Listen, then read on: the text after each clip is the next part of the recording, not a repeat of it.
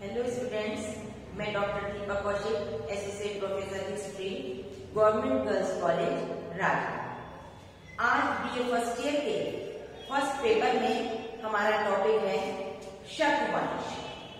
इससे पूर्व हमने कुषाण वंश, शुंग वंश इनके बारे में पढ़ा। आज हम पढ़ते हैं शक वंश। शक, जैसा कि यहाँ पर मैंने लिखा है कि ईसा पूर्व प्रथम शताब्दी में भारत के उत्तर पश्चिम में यूनानी साम्राज्य का अस्तित्व हो चुका था और इन क्षेत्रों पर जिस नवीन जाति ने अपना अधिकार स्थापित किया वो शक थे। शक लोग जो थे, शकों के विषय में जानकारी के मुख्य स्रोत संस्कृत ग्रंथ, बौद्ध ग्रंथ, चीनी ग्रंथ और यूनानी साहित्य है तथा बहुत सी मुद्राएं और ताम्रपत्र लेखों से भी हमें शकों के विषय में जानकारी मिलती है। ये कहा जाता है कि शक जो थे प्रारंभ में मध्य एशिया के सहरदिया क्षेत्र में निवास करते थे। कुछ समय पश्चात उन पर यूची जाति के लोगों ने आक्रमण किया। वहां से वो बैक्टीरिया और विभिन्न स्थानों पर गए, लेकिन अपना एक निवास, परमानेंट निवास खोलने के लिए बाद में वो मध्य एशिया से निकलकर बलूचिस्तान होते हुए निचले सिंध प्रदेश में आकर बस गए और यहीं पर उन्होंने अपना निवास बना लिया। यदि हम शक शास्त्रों की बात करते हैं तो मामेज जो है, यूनानी ग्रंथों में लिखा हुआ है कि मामेज जो थे वो प्रथम शक शासक थे और इन्हें तक्षशिला के ताम्रलेख में एक शक्तिशाली शासक के रूप में बताया गया है और इन्हें महाराज की उपाधि दी गई है। महावीर जो थे, इन्होंने काबुल घाटी और पूर्वी पंजाब पर अधिकार कर लिया और धीरे धीरे इनका साम्राज्य जो है वो सिंध सीमा प्रांत, गांधार व पश्चिमी पंजाब में स्थापित हो गया। जहां तक इनके शासन की तिथि की बात है, उसके बारे में बहुत निश्चित रूप से कुछ नहीं कहा जा सकता, लेकिन इतना माना जाता है कि ईसा पूर्व प्रथम शताब्दी में ये शासन कर रहे। मावेज के जो उत्तराधिकारी थे वो एजेज प्रथम थे। इन्होंने भी मावेज के द्वारा स्थापित साम्राज्य को सुदृढ़ किया। साथ ही इन्होंने पूर्वी पंजाब में अपने साम्राज्य को और अधिक विस्तृत किया। एजेज प्रथम के बाद एजेज द्वितीय के विषय में जानकारी मिलती है, लेकिन एजेज द्वितीय के विषय में बहुत विस्तार से और निश्चित जानकारी नहीं। अब इन शक शासकों के बाद हम बात करते हैं शक क्षत्रपों। ये कहा जाता है कि क्षत्रप शब्द ईरानी शब्द अग्र पावन से बना है, जिसका अर्थ है प्रांत का शासक। और हम देखते हैं कि जब शक क्षत्रपों ने विभिन्न प्रांतों में अपना राज्य किया तो यहाँ पर मुख्य रूप से दो पद हुआ करते थे, एक महाक्षत्रप और एक क्षत्रप। महाक्षत्रप का जो पुत्र या जो बहुत विश्वास पात्र व्यक्ति होता था वही क्षत्रप के पद पर नियुक्त किया था। यह हमने क्षत्रपों को, शक क्षत्रपों को चार उसमें बांटा है। पहला पंजाब के क्षत्रप, दूसरे मथुरा के क्षत्रप, तीसरे महाराष्ट्र के क्षत्रप और चौथे उज्जैन के क्षत्रप। चलिए अब एक एक का अध्ययन करते हैं। पंजाब के शक क्षत्रपों के विषय में जो हमें वर्णन मिलता है वो पहला जो शासक का पता चलता है वो कुसलुक वंश के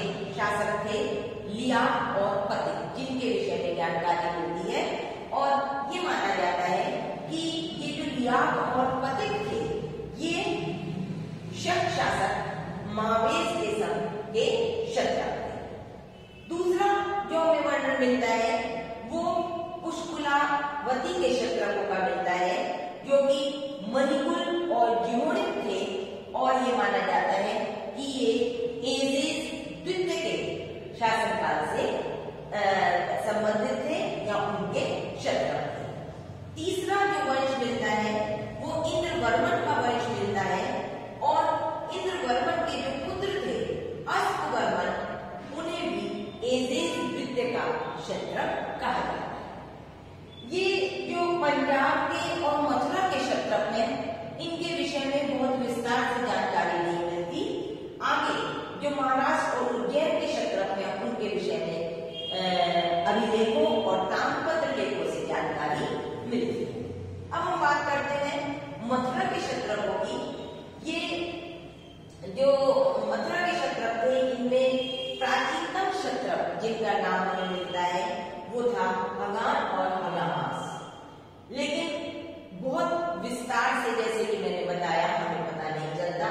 तत्पश्चात राजूगुल और उनका पुत्र शोडास जो था वो गद्दी पर बैठा, और ये कहा जाता है कि शोडास जो थे वो राजूगुल के समय में ही क्षत्रप के पद पर आसीन हो गए थे।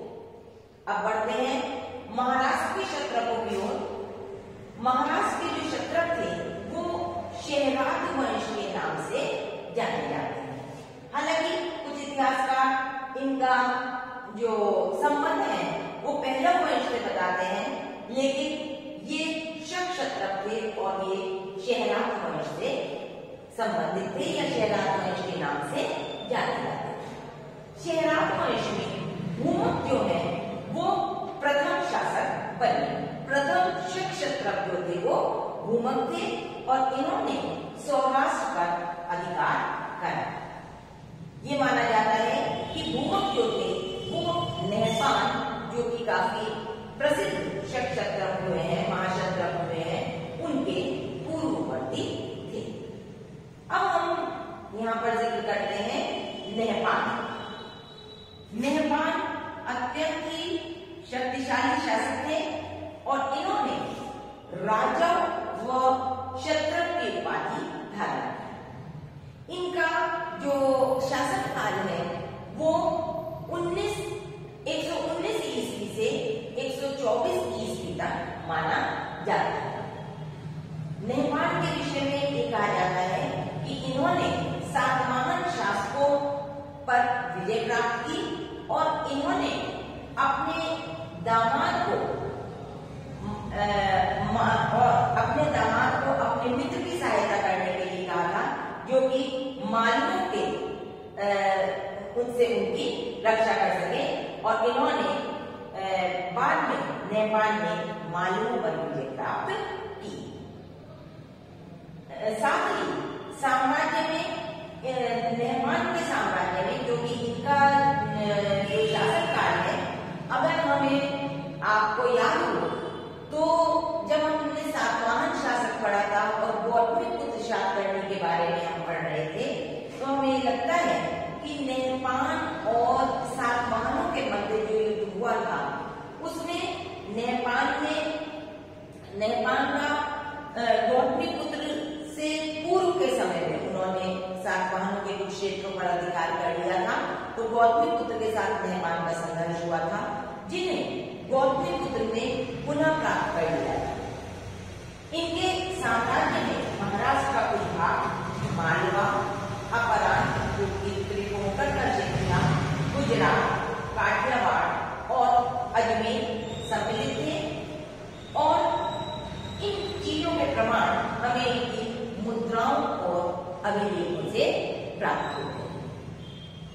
सातवाहन शासक गौतमीपुत्र के कुछ सिक्के इस तरह के मिले हैं, जिस पर कि नहपान के नाम के ऊपर उनका नाम अंकित है, तो संभवतः इनके बीच संघर्ष हुआ होगा, और गौतमीपुत्र ने अपने जो इन्होंने नहपान ने पूर्व में सातवाहनों से प्राप्त कर लिया था राज्य, उन राज्यों पर पुनः अपना अधिकार करके अपनी मुद्राएं अंकित कराई। अब हम चलते हैं उज्जैन के क्षत्रपों की ओर। उज्जैन, जैसे कि महाराष्ट्र के क्षत्रप शहराद वंश के नाम से जाने जाते थे, उज्जैन के क्षत्रप चेस्टन वंश के नाम से जाने जाते हैं। चेस्टन जो है उन्हें इस वंश का संस्थापक भी कहा जाता है और वे राजा यशामोतिक के पुत्र थे। कुछ इतिहासकारों की मान्यता है कि ये 78 ईस्वी में गद्दी पर बैठे और उन्होंने शक संवत की स्थापना की, लेकिन ये बात जो है वो स्पष्ट नहीं हो पाई है। तो इन्हें हम क्षत्रप शासक मानते हैं और इन्होंने 130 ईस्वी के लगभग राज्य किया। तो वो जो 78 ईस्वी का वो है वो कहीं सही प्रमाणित नहीं होता। उज्जैन के क्षत्रपों में सर्वाधिक महत्वपूर्ण नाम जो है वो रुद्रदमन का है। रुद्रदमन जो है न केवल उज्जैन के बल्कि हम कहें कि संपूर्ण क्षत्रपों में सर्वाधिक शक्तिशाली थे, तो ये गलत नहीं होगा। ये चेस्टन शासक के पुत्र जयदमन, मतलब चेस्टन के पौत्र थे और जयदमन के पुत्र थे रुद्रदमन। अभिलेखों में इनके शासन को ये बताया गया है कि 150 ईस्वी में ये शासन कर रहे थे और ये कहा जाता है कि इनका शासन जो था वो काफी दीर्घकालिक था। तो ऐसा अंदाज लगाया जाता है कि 130 ईस्वी के पश्चात ये शासक बने और तत्पश्चात 150 और उससे भी और अधिक वर्षों तक इन्होंने शासन किया। इनके विषय में जानकारी का सर्वाधिक महत्वपूर्ण स्रोत जो है वो जूनागढ़ अभिलेख है। जूनागढ़ अभिलेख में इनकी विधियों का वर्णन किया गया है। ये कहा जाता है कि ये काफी शक्तिशाली थे और इन्होंने योद्धों पर विजय प्राप्त की, साथ ही साथ इन्होंने शातकर्ण जो सातवाहन शासक थे तो उन पर 2 बार युद्धों में विजय प्राप्त की। अब ये सातवाहन शासक जिन पर इन्होंने विजय प्राप्त की ये कौन था, इसके बारे में कुछ इतिहासकार ये कहते हैं कि ये गौतम था। लेकिन यदि हम इनकी तिथि 130 ईस्वी के बाद की मानते हैं तो ये शासक गौतमीपुत्र न होकर उसका उत्तराधिकारी और संभवतः उनके पुत्र वशिष्ठी पुत्र कुलमावी रहे होंगे। जैसे कि हमने यहाँ पर बताया कि शातकर्णी पर 2 बार युद्धों में इन्होंने विजय प्राप्त की और रेक्सन महोदय कहते हैं कि वो शासक जिस पर इन्होंने विजय प्राप्त की वो वशिष्ठी पुत्र कुलमावी रहे होंगे। और इनका जो साम्राज्य था वो पूर्वी व पश्चिमी मालवा, मानधाता प्रदेश, द्वारिका का चतुर्दिक प्रदेश, सौराष्ट्र, मरु प्रदेश, सिंधु नदी का डेल्टा, कुकुर, अपरांत, पश्चिमी विंध्य प्रदेश इनके साम्राज्य में सम्मिलित थे। तो इन्होंने एक बहुत विशाल साम्राज्य की स्थापना की और ये कहा जाता है कि शातकर्णी को परास्त करने, मतलब वशिष्ठी पुत्र कुलमावी को परास्त करने के पश्चात इन्होंने अपनी पुत्री का विवाह उनके साथ कर दिया। ये एक बहुत ही योग्य प्रशासक थे, न केवल एक योग्य विजेता थे बल्कि योग्य प्रशासक थे और संगीत, साहित्य, तकनीकी इन सब चीजों में इनकी विशेष रुचि रही थी और राजनीति के दिव्य सिद्धस्त कहा जाता है। ये कहा जाता है कि अपने साम्राज्य को सुचारू रूप से चलाने के लिए इन्होंने अमात्यों की नियुक्ति की और मध्य सचिव आदि भी इन्होंने साम्राज्य में या प्रशासन में सहायता के लिए नियुक्त किए और इन्होंने उज्जैन को अपनी राजधानी बनाई। इनका समय का एक और विशिष्ट कार्य जो था वो सुदर्शन झील पर निर्मित बांध का पुनर्निर्माण करना था। वो सुदर्शन झील जिसका निर्माण मौर्य साम्राज्य के समय हुआ था उसमें टूट हो गई थी, खराबी आ गई थी, तो उस पे निर्मित बांध का पुनर्निर्माण भी कहा जाता है कि रुद्रदमन के समय में किया गया। और उनकी ये भी विशेषता थी कि जब इस झील का निर्माण कराया गया तो इस जीत का संपूर्ण खर्च रुद्रदमन ने स्वयं वहन किया और जनता के ऊपर किसी प्रकार के करों का बोझ नहीं लगाया। रुद्रदमन का शासन बहुत उत्कृष्ट रहा और ये कहा जाता है कि रुद्रदमन की मृत्यु के पश्चात भी लगभग 200 वर्षों तक शक क्षत्रप जो हैं वो इन क्षेत्रों पर राज्य करते रहे, लेकिन बाद में बहुत योग्य शक क्षत्रप नहीं हुए, जिसके कारण जो समीपवर्ती राज्य थे उनकी इन पर नजर पड़ी और आभीरों ने भी इन पर आक्रमण किया और अंत में चंद्रगुप्त द्वितीय जो थे उन्होंने शक राज्य पर आक्रमण करके यहाँ के शासक को परास्त करके उनके राज्य पर अधिकार कर लिया और उसे गुप्त साम्राज्य में मिला दिया। तो इस प्रकार हम देखते हैं कि इस वीडियो में हमने संपूर्ण शक क्षत्रपों के बारे में आपको जानकारी दी और आपसे एग्जाम में जो पूछे जाते हैं वो एक तो रुद्रदमन और एक नहमान, ये काफी इंपॉर्टेंट है, इन पर प्रश्न भी आते हैं और शॉर्ट क्वेश्चन के लिए पूरा क्षत्रप वंश इंपॉर्टेंट है। आशा है मुझे आप अच्छी तरह समझ गए होंगे।